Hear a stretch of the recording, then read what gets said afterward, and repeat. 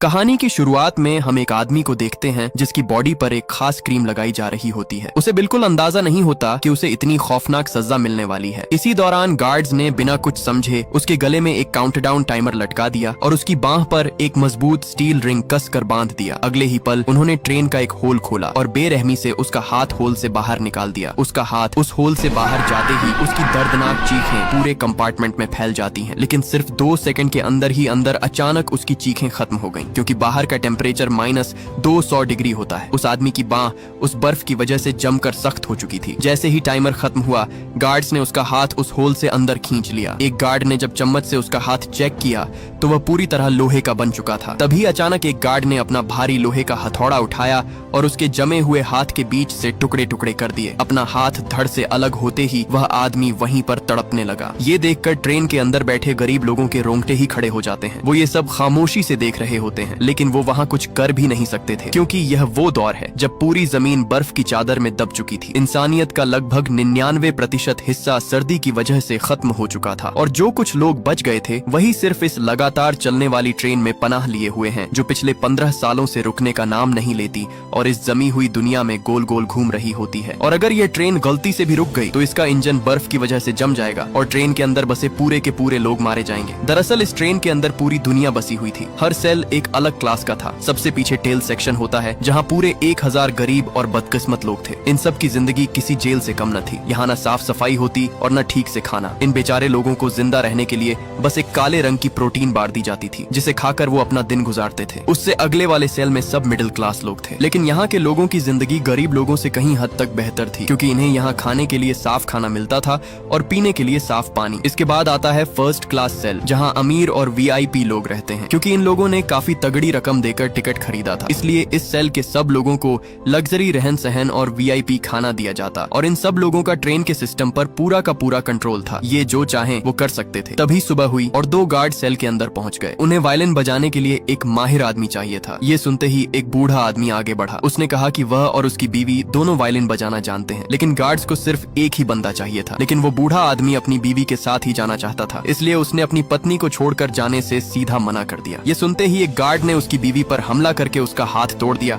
और उस बूढ़े को जबरदस्ती वहाँ से ले जाते हैं। ये मंजर देखकर वहाँ खड़े सब लोगों का गुस्सा फूट पड़ा, लेकिन वो बेचारे उन गार्ड्स के सामने कुछ भी नहीं कर सकते थे। इसी दौरान हम एक आदमी कर्टिस को देखते हैं, जो अपने दोस्त एडगर के साथ मिलकर चुपचाप कुछ ढूंढ रहा था। तभी एक औरत तान्या ने उसे इशारा करके बताया कि वो चीज उसके बेटे के पास है। कर्टिस ने किसी तरह करके उस बच्चे से वो काली बार ले ली। ये वही बार है जो इस सेल के अंदर मौजूद सब लोगों को दी जाती है। दरअसल वो लोग इस प्रोटीन बार के अंदर छुपे हुए सीक्रेट मैसेज ढूंढ रहे थे, क्योंकि ये संदेश ट्रेन के सबसे आगे वाले सेल से किसी नामालूम इंसान के जरिए भेजे जा रहे थे। टेल सेक्शन के लोग इतनी बुरी हालत में जी रहे थे कि उनके लिए ये छोटे छोटे संदेश ही जीने की आखिरी उम्मीद थे। कर्टिस ने तुरंत उस बार को बीच से काटा और बार के अंदर छुपा हुआ एक छोटा सा कैप्सूल बाहर निकाला। कैप्सूल के अंदर एक मैसेज होता है। कर्टिस ने उस मैसेज को सीधा एक आदमी गिलियम को दे दिया, क्योंकि गिलियम टेल सेक्शन का सबसे पुराना और समझदार इंसान था। इस बार जो मैसेज आया था उसमें सिर्फ और सिर्फ एक नाम नामगुंग मिन्सू लिखा हुआ था, और शायद ये नाम ही उनकी किस्मत बदलने वाला था। नामगुंग मिन्सू वो आदमी जिसने खुद इस ट्रेन के सिक्योरिटी सिस्टम्स डिजाइन किए थे, लेकिन उसकी बदकिस्मती कि अब यहाँ की पुलिस ने उसे ही ट्रेन के जेल सेक्शन में कैद कर रखा है। यहाँ अब कर्टिस गिलियम के साथ मिलकर एक प्लान बनाता है कि अगर हमें यहाँ से आजादी चाहिए तो हमें किसी भी तरह करके नामगुंग को जेल से बाहर निकालना होगा, क्योंकि वही एक आखिरी रास्ता है। हम उसकी मदद से एक एक करके ट्रेन के सारे दरवाजे खोलते हुए सीधा इंजन तक पहुँच जाएंगे। अगर इंजन उनके कंट्रोल में आ गया तो सिर्फ ट्रेन ही नहीं बल्कि वो सब इस ट्रेन को अपने काबू में करके सीधे फर्स्ट सेल के अंदर जा सकते थे। लेकिन आज सब कुछ बदलने वाला था। उसी रात सेल के अंदर एक औरत मेसन आती है। इस बार उनकी डिमांड और भी ज्यादा खौफनाक थी। उन्हें एक बच्चा चाहिए था। उस औरत ने आते ही सब बच्चों की हाइट मापना शुरू कर दी। ये देखते ही तान्या अपने बेटे को अपने पीछे छुपा लेती है, लेकिन तभी मेसन उसे देख लेती है और सारे गार्ड जबरदस्ती उस बच्चे को खींचकर वहाँ से ले जाते हैं। ये बच्चा वो लोग क्यों लेकर गए ये हमें आगे जाकर पता चलेगा। जैसे ही एंड्रू ने उसे जाते हुए देखा, उसका गुस्सा फूट पड़ा। उसने सब गार्ड्स पर हमला करके उस मेसन के सर पर अपना जोरदार जूता दे मारा, लेकिन मेसन बिना कुछ कहे उस बच्चे को लेकर वहाँ से चली जाती है। कुछ ही देर बाद सब गार्ड्स वापस आकर एंड्रयू को अपने साथ ले जाते हैं, क्योंकि अब उसकी सजा का समय आ चुका था। ये वही सजा थी जो हमने कहानी की शुरुआत में देखी थी। एंड्रयू का हाथ जैसे ही ट्रेन से बाहर गया, ठीक 2 मिनट के अंदर ही अंदर उसका हाथ तड़पती हुई बर्फ ने लोहे की तरह जमा दिया। गार्ड्स ने बिना किसी रहम के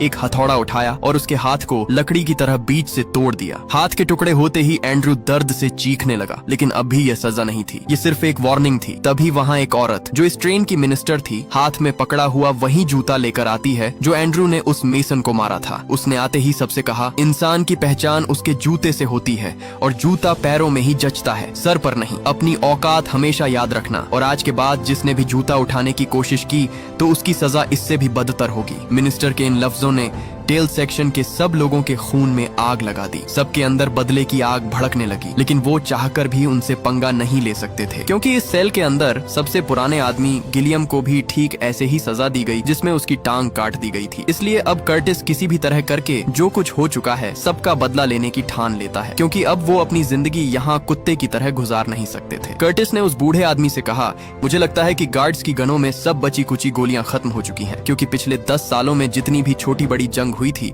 उनमें सारी गोलियां खत्म हो चुकी होंगी, और ट्रेन के अंदर नई गोलियां बनाने का कोई सिस्टम भी नहीं है। मतलब गार्ड सिर्फ खौफ पैदा करने के लिए खाली गन्स लेकर घूम रहे हैं। अब उसने फैसला किया कि अब वक्त आ गया है इस शक को दूर करने का। वो बिना सोचे सीधे उन गार्ड्स के सामने चला गया। जाते ही उसने उनकी गन अपने माथे पर तान दी और तुरंत उस गन का ट्रिगर दबा दिया। दबाते ही कोई भी गोली उस पर नहीं चली। ये देखकर एडगर ने जोर से चीख कर सबको बताया कि इनकी गोलियां खत्म हो चुकी हैं। ये सुनते ही सब लोगों ने पहले से छुपाया हुआ एक बहुत ही बड़ा ड्रम उठाया और सीधे उन गार्ड्स पर बम की तरह फेंक दिया, जिससे कुछ गार्ड्स वहीं पर ढेर हो गए। सबने एक के बाद एक उन पर अपना हल्ला बोल दिया, जिससे धीरे धीरे सब गार्ड्स वहीं पर ढेर होते गए। देखते ही देखते सब गरीब लोगों ने उनकी धज्जियां उड़ा दी, लेकिन तभी उनके सामने एक बहुत ही मोटा टकला गार्ड आ गया। एक बहुत ही बड़ा लोहे का टुकड़ा उसके हाथ लगते ही उसने सबको मारना शुरू कर दिया। लेकिन तभी भीड़ के बीच से एक पतला आदमी खड़ा हुआ।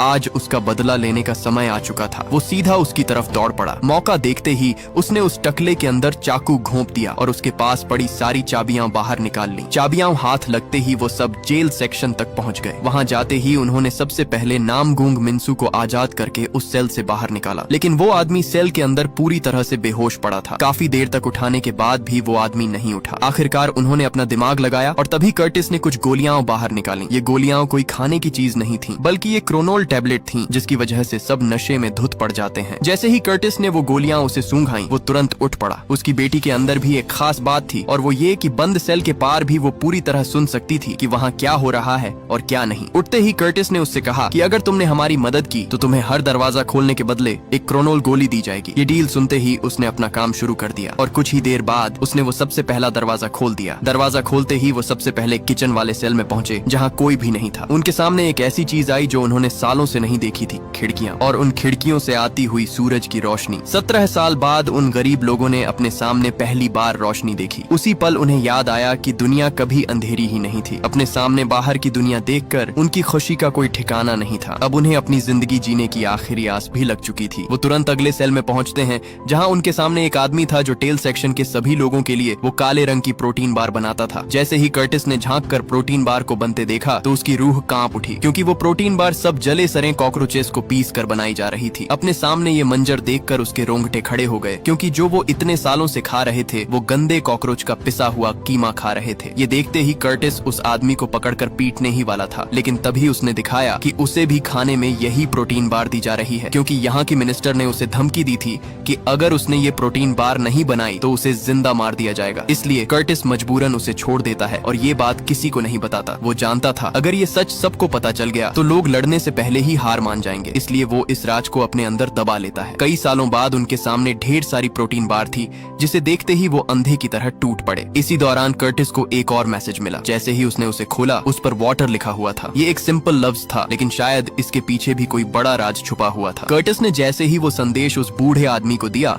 उसे तुरंत समझ आ गया कि अब उन्हें ट्रेन के वाटर सप्लाई सेक्शन तक पहुंचना होगा। ये ट्रेन का सबसे अहम हिस्सा था। अगर वो यहाँ उस हिस्से को अपने नियंत्रण में कर लेते हैं तो वो सब फर्स्ट क्लास वालों का पानी बंद करके उनसे अपनी बात मनवा सकते थे और बिजनेस क्लास वाले सेल में अपनी जगह बना सकते थे। लेकिन ये काम जितना सोचने में आसान लग रहा था उतना ही मुश्किल था। जब वो लोग अगला दरवाजा खोलने के लिए तैयार खड़े थे, तभी उस लड़की को खतरा महसूस हो गया। उसने उन्हें दरवाजा खोलने से मना किया, लेकिन तब तक उन्होंने आधा दरवाजा खोल दिया था।